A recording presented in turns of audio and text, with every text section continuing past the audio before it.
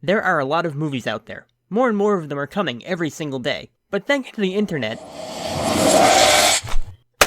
and someone who keeps throwing these at my head! Where do these VHS tapes keep coming from?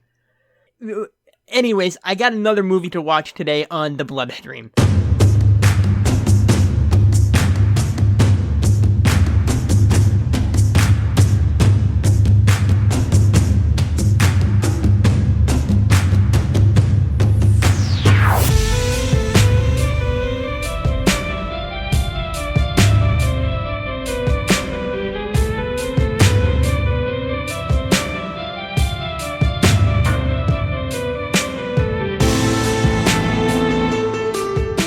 Welcome aboard, streamers. This is episode 30 of the Bloodstream. I'm your host, Jason Gray, and this week, I'm gonna start off with a couple of corrections. In the previous episode, you might have noticed I kept calling the neighbor Becky. Her name's actually Gabby, and I'm still not 100% sure on that, but I'm about 99% sure it was Gabby. Normally, I sit down and get clips for the episode before I sit down and record because it's a nice refresher and helps me get a few other things straight. I didn't do that last week, and I kept getting a name wrong. A name which is clearly said as something else in the clips. My bad. Also, at the last minute, I ended up adding Psychostasis by Splogman into the episode, but as I've said before, if I make changes to the music, that will always be in the show notes. Moving on to this episode, after last week's bit of a break where it was a short movie, I thought it was time to get back to basics with a normal length movie. Still only about an hour 15, but that's a lot closer to an actual movie than under an hour. And I picked out a doozy this week with something called The Gateway. The plot goes a little something like this. A burnt-out nurse moves into a new apartment in search of a simpler life, but when things begin to disappear through a strange portal in her bathroom wall, she discovers a gateway to the unknown that brings unimaginable horror to her quiet life. And I don't have a whole lot more to add to that, so I'm just gonna jump right to the trailer, and I'll be right back after this. I called the super, and I left a message. Gotta get a look at this dump. It's not a dump. It just needs some sprucing up.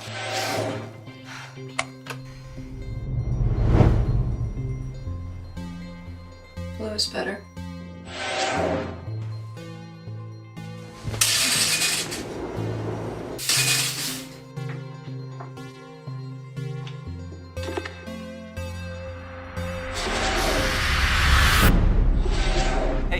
Huh? What you looking at? This is huge. What are you gonna do? I'm gonna move out. These curtains must go somewhere, right?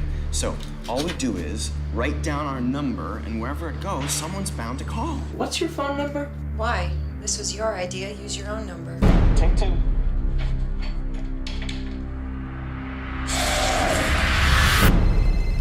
Excuse me. Yeah, I'm calling for Danny and Tim. What says Tim? The shower curtain. Are you the shower curtain people?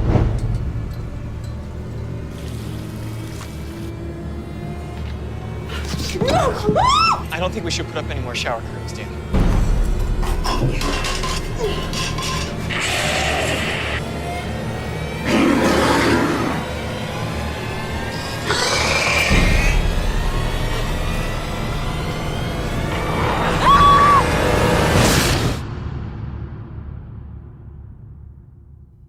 Okay then. I've apparently picked a weird one for this week. The movie starts off with the guy waking up on the subway, heading home, and it all seems pretty perfectly normal. Except for all the duct tape covering up the bathroom door. He starts to hear something from inside the bathroom, claws the tape off as quickly as possible, grabs a can of gasoline and starts splashing it all over the wall above the tub. And I don't know how good of a job throwing gasoline on a tiled bathroom wall is actually gonna do. It's just gonna run down the smooth ceramic surface into the tub, right? But just as he's about to light everything up, he stops himself short and hangs up a tablecloth as an impromptu shower curtain. He stares for a bit at a scar on his hand before the bathroom door suddenly slams shut behind him. We see something come after him in weird, shaky, flickering images, but never really get a good look at it. This is both good and bad, because making it mysterious and unknown, good. Silly, shaky, Kamen monster, that's bad. but he saves himself from the shaky photography by grabbing a nearby box cutter and using it on his own throat, taking his own life. That's our cold open, and I must say, I'm pretty intrigued. That was weird, unsettling, leaves me with a whole lot of questions, and just a little bit of a chill. But following that, it's moving day as we get to watch a young woman moving into the very same apartment, and didn't I just watch this last week? While Danny is moving in, we hear some strange noises, but it just seems to be the pipes. Or is it? Which leads her to discover that the toilet is all clogged up. I'd normally skip through a lot of this mundane bullshit, but there's a great line I just gotta share when she calls up her uncle. "You'll just have to piss out the window, I guess." I don't think I have the right equipment for that. While she waits for the super to come by and fix things, Danny heads out to hit the streets and try to talk some people into saving the whales. And this is full of some hilarious fails in our very first clip. Excuse me, sir. Can you spare a moment to talk about the whales? Hello, miss. Can you spare a moment to talk about the whales? You see, we here at Whale Savers are...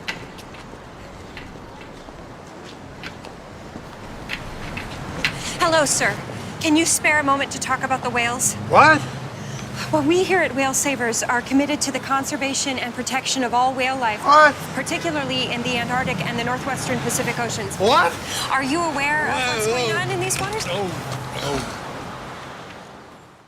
There's a guy there with her, Tim, who's also trying to do the Save the Whale routine.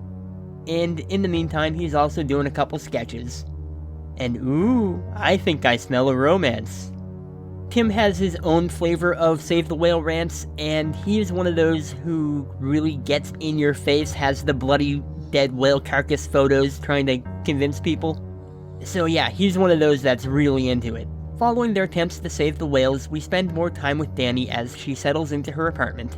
And it's more mundane stuff, and it maybe goes on a little bit too long, but she does eventually hang up a new shower curtain. She wakes up the next day, and the shower curtain is gone. So she gets a new shower curtain, hangs it up, and in the time it takes her to go and get a beer, she hears some strange noises coming from the bathroom, and the shower curtain is gone again. Danny makes a third attempt to hang up a shower curtain, and this time she wisely sets up a video camera just to prove she's not seeing things. She leaves the bathroom, closes the door, and we watch as the shower curtain gets sucked through a hole. Not quite in the wall, but basically just disappears through thin air. The next day we're back to trying to save the whales, and Tim wants to know what she's watching on her phone. She shows him the video, and... Holy shit, that's incredible! Keep it down. This is huge. What are you gonna do?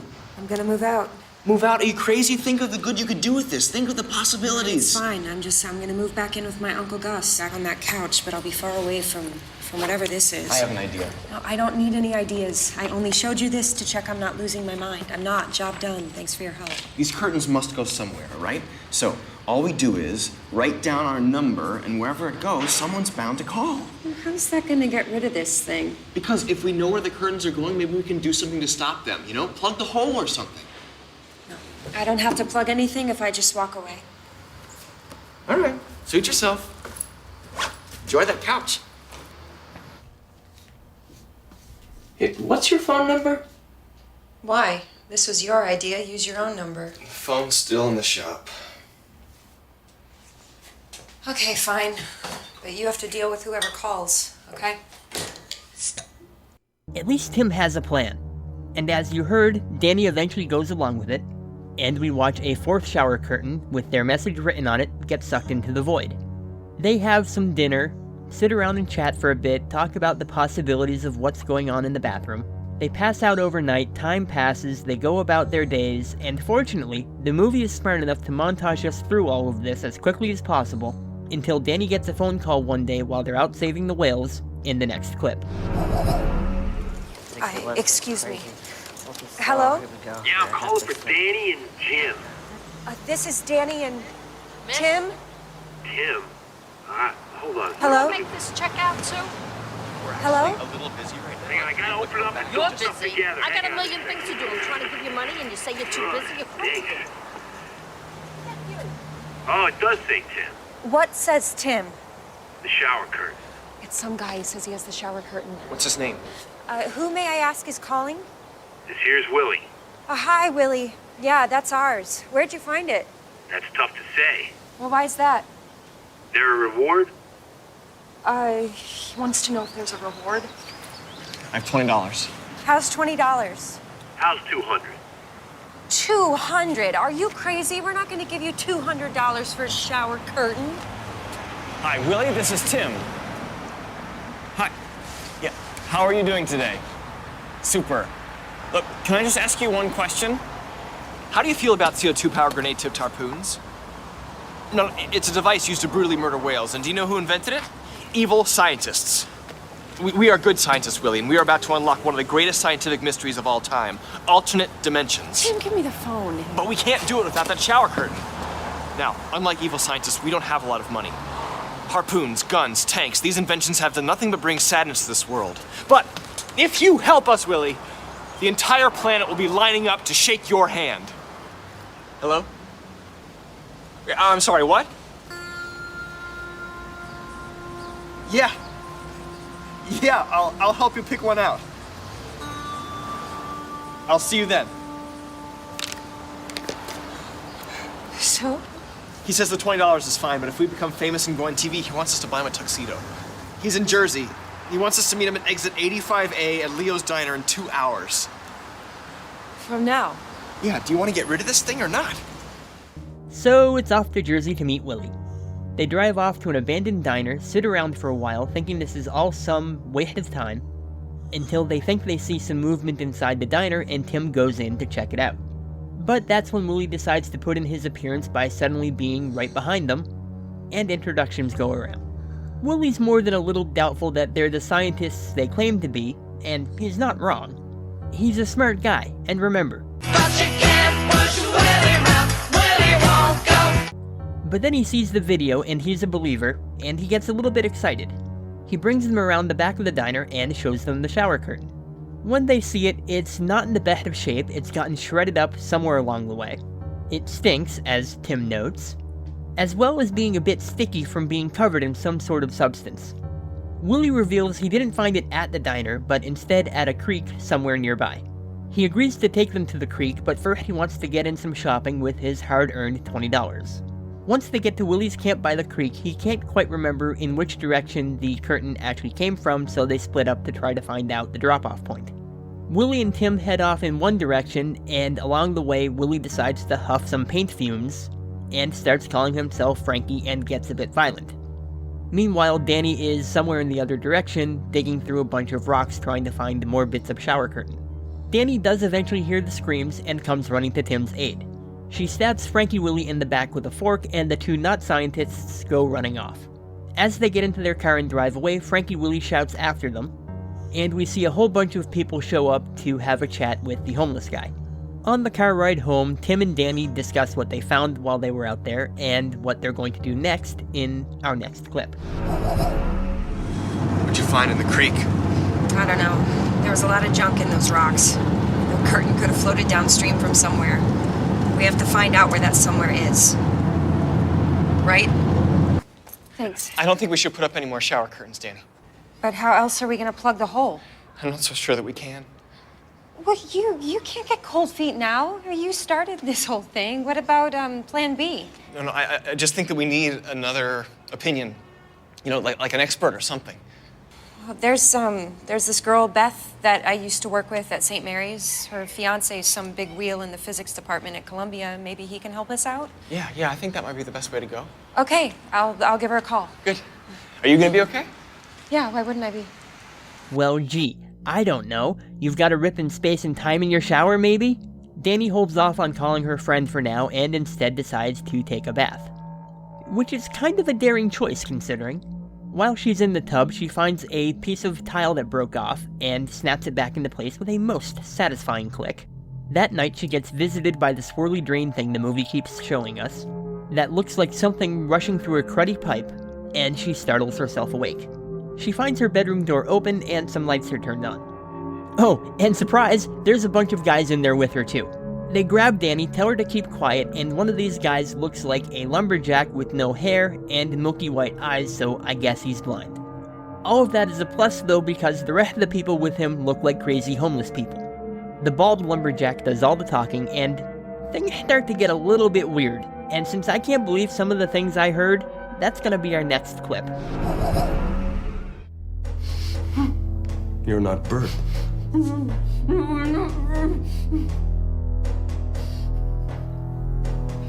You're not Bert, but you've been putting up curtains. Bring her here.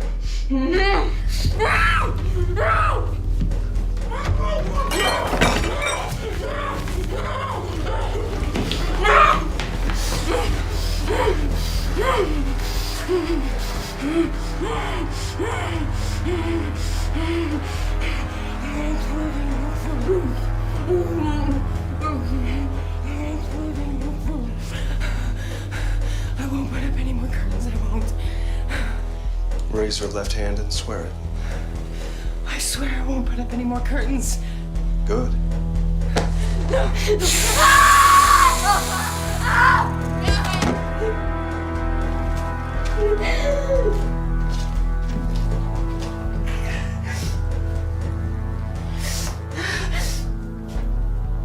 You're part of it now. Chosen by the gate. A sacred oath sealed in flesh. You violate the oath. We violate the flesh. Yeah, we have definitely gotten into weird territory here. Danny heads up to the roof so she can meditate in peace about the holy order of the sacred shower curtain she just encountered, when Tim shows up to see how things are going. Danny mentions she has a new lead, a lead named Bert, which is apparently the name of the guy that used to be in the apartment, and it would have been nice if they had somehow mentioned that earlier in the film. They ask the super about Bert, and he more or less recaps the opening of the movie from what would be a normal person's perspective. They wonder if Bert left anything behind, and Preston says, oh, no, he threw out all of Bert's things. And the movie immediately pans over to a box labeled Bert's Things. But it's just a few old books. Oh wait, one of those books has a giant pentagram on it, so that one might actually be important. It speaks of a creature called the Beyonder, which can only come through a properly mapped portal, which must be mapped in blood. And if the portal isn't pure, the Beyonder doesn't come through pure, or something. It's all a bit mystical mumbo-jumbo that makes enough sense, but still kinda, huh?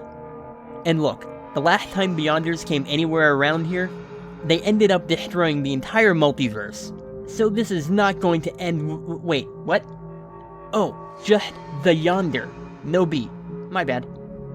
Anyways, getting back on track, Tim and Danny discuss where they're going to go from here in the next clip. What did he mean by the gate? He? The book. I don't know, but we shouldn't be messing with this alone. Where's your phone? I'm gonna call your friend. I deleted her number. Well, I thought we agreed. What am I gonna say? My shower curtains are being sucked into some alternate dimension. How you doing? It's a start? No, she'll just say that I'm crazy. But we have the footage. The curtain from the creek. They can run tests. Scientific shit. Not gonna happen. Then what are we gonna do? We put up another curtain. No. Look, just give me until morning, and I'll come up with something that doesn't involve putting up more curtains. You look tired. Maybe you should go back to your uncle's for a while. Get some rest. No, this is my apartment. I'm not going anywhere. Okay, then just promise me you'll stay away from this bathroom. Sure. After Tim leaves, Danny pokes at the broken tile a bit more, peels that one off, then goes after all the other tiles, and discovers a scrawled web-like pattern with numbers in each of the sections. She puts up another shower curtain, violating her oath, records it, and while watching the recording, she sees a few numbers light up, and so she's getting some sort of information that she has to decipher from all this. She continues her research, getting nowhere fast. Her uncle pays a visit and gets yelled at for his trouble. And eventually Danny dozes off again, having another swirly drain nightmare. She wakes up, the bathroom door creaks open, and she goes to investigate. Gasp in surprise, she actually finds a shower curtain hanging in her bathroom. And when she peeks behind it, all the shower tiles are put back in place. Then the movie gives us a terrible jump scare, with a monster version of Danny suddenly standing beside her when she looks in that direction. She wakes up from her nightmare within a nightmare, heads over to Gus's so she can apologize, and she finds him dead. Slashed open and branded with the same mark of the Holy Order of the Sacred Shower Curtain. Danny checks her voicemail and finds a message from Gus, saying he thinks he knows what the glowing numbers meant when the shower curtain goes warp. He said something about his old sailor eyes recognizing something. He has a bunch of maps and charts out, and this gives Danny an idea. If you guessed the numbers were coordinates, you'd be correct. She heads to the store, grabs a whole bunch more shower curtains, then goes to recruit Tim, who is just as wishy-washy as ever in the next clip.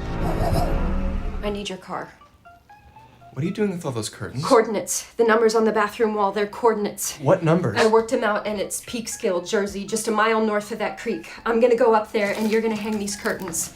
Danny, I don't think that's such a good idea. Do you ever get tired of being chicken shit? All that money you've been saving up to get out to the Antarctic, cut the monster off at the head, 3 years and you haven't done anything. You present yourself as this diehard activist, but you don't ever fucking act. I lied to you about my hand. I can't explain right now, but my Uncle Gus, he's dead and it's all my fault. I'm gonna get to the bottom of this, Tim. I need your help. Danny! Danny. Did she leave? Yeah. She took her keys, too. What? Don't be mad, I gotta do this. I have an app on my phone that follows the Obaki Maru. I track their course. I know the shit they pull every single day, but I just can't bring myself to actually go out there. I guess I am chicken shit. Tim, Is it true about your Uncle Gus? Yeah. I'll be at your apartment in half an hour. So Danny follows the coordinates into the middle of the New Jersey Pine Barrens, and she's either going to find Pennywise or the Jersey Devil, and either one of those would be quite welcome at this point. She waits around in the middle of nowhere while Tim hangs the shower curtain, and nothing happens.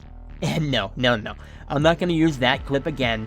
This is the movie genuinely trying to build up some tension before the big reveal of something trying to push up from the ground. It's the shower curtain in much the same state as the previous one that came through, but this has something inside it. Danny pulls back the curtain, and inside it she finds a small monster with many teeth. The little monster chases her around the woods until it's killed by the bald lumberjack and the Holy Order of the Sacred Shower Curtain.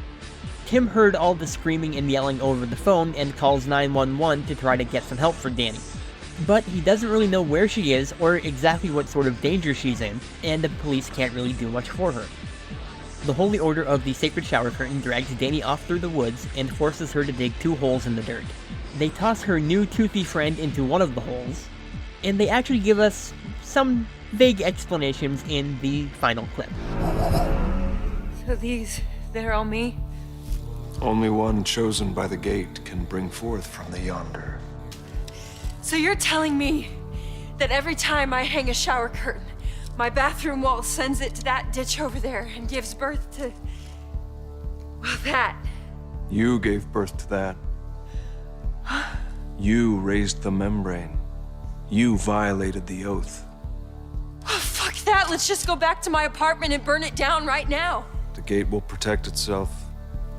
Its wrath shines brightest on those who try to destroy it. No, but the gate, it chose me. And the gate will choose another. Your chapter is closed. It's already chosen! While all that is going on, Tim has been working on crafting some sort of means to use the portal as a ways to get to Danny and give her some help. He's trying to achieve this by sealing together 2 shower curtains with a lot of duct tape, a whole lot of luck, a little bit of twine, and a bit of prayer, to use that as a vessel through the gate. The Holy Order of the Sacred Shower Curtain hears the portal spit something out, and Danny uses the distraction to get away. Things did not go well for Tim on his journey through the void. It's hard to tell what's going on, but it looks like he's being devoured by whatever came through with him, although they clarify what happened shortly. The creature finds Danny, and the lumberjack also shows up to try to attack it. He ends up dying instead, and Danny goes at the thing, pounding its face to a bloody pulp with the flashlight she grabbed when she escaped. She finds her phone, gives Tim a call, and it goes straight to voicemail. I guess she doesn't quite understand what happened. Danny stumbles back to her apartment, doesn't find Tim some more, but she does find his sketchbook and his ideas for Plan B. The movie montages us through what Tim did, intercutting it with the art, just in case anyone out there is extra slow and doesn't get that he made a shower curtain escape pod. Through all of this, Danny puts a few things together and realizes that the creature she bashed the face in of might have been Tim, transformed by his trip through the yonder. Considering A, how he looked, and 2, how he acted, it was probably for the best. Anyways, Danny feels the portal calling to her or something. She picks up a knife, we see the bathroom door close, and later Preston wanders in to check again on the toilet and make sure everything's working okay. He finds no one there, the bathroom wall torn apart, and a bloody knife sitting in the tub. It then goes into a close-up of the tabloid rag that he's carrying with him, and it focuses in on the headline about a merbeast that attacked and tore apart the crew of the whaling vessel that Danny and Tim kept going on about throughout the whole movie. Am I to assume that, because she went through the portal without a shower curtain, or maybe called forth the portal with her own blood, thus making it a pure portal, she became a pure and proper yonder, and then proceeded to go on a whaling vessel killing spree? Okay, I guess I can go with that. Oh, and thanks for that final jump scare from the monster after lulling us in with silence and nothing. So my final thoughts on The Gateway. This movie is weird, but I kinda enjoy it. The plot logic is dodgy, but it's fun. And there's enough logic there to not be a total mess. The movie clearly knows it's weird, and it leans into it heavily. And I love that they play it straight and mostly serious, without poking too much fun at the rather absurd concept of a portal in a bathroom that sucks up shower curtains. And I will say this, it's very refreshing to have a movie that's just weird instead of outright bad. And I definitely appreciate a movie that's not afraid to take a few risks and do something that's outright absurd. It's a fun, silly ride that's not really about the scares and a bit more of a mystery, and it succeeds in making you want to know what's going on. The ultimate answers are a bit too vague and not that satisfying, but they're not that bad either. I walked away from this knowing more or less what happened, why it happened, although they could have put a little more meat on the bone. It's not too long, so it doesn't overstay its welcome, which is a good thing with a movie as absurd and weird as this one gets at times. I actually would have liked if it was just a little bit longer so they could have fleshed out a few of their ideas a bit more, but overall, it's a solid movie and I'd watch it again. So go ahead, give it a chance. And that was The Bloodstream. If you've enjoyed listening to me yell at a movie for a half hour or so, you can find more episodes over on iTunes or Apple Music. Whatever it's being called these days. Just search for The Bloodstream, we're the podcast that's not about medicine. While you're there, please be sure to like, rate, and review the show. These are a big help and greatly appreciated. You can also always find all the episodes at our homepage at triskaidecaphiles.com/thebloodstream. There's also a Facebook group you can join to keep up to date with what's going on with the show. There's also a Tumblr page at thebloodstream.tumblr.com. If you have questions, comments, or a movie you'd like me to watch, you can leave a comment at any of those places, or send me an email directly at phoenix, F-O-E-N-I-X, @gmail.com. That's Phoenix with an F. So once again, thanks for listening, and I leave you with these words of wisdom. Don't hang up any shower curtains near any portals in your bathroom wall. Take care, and keep streaming.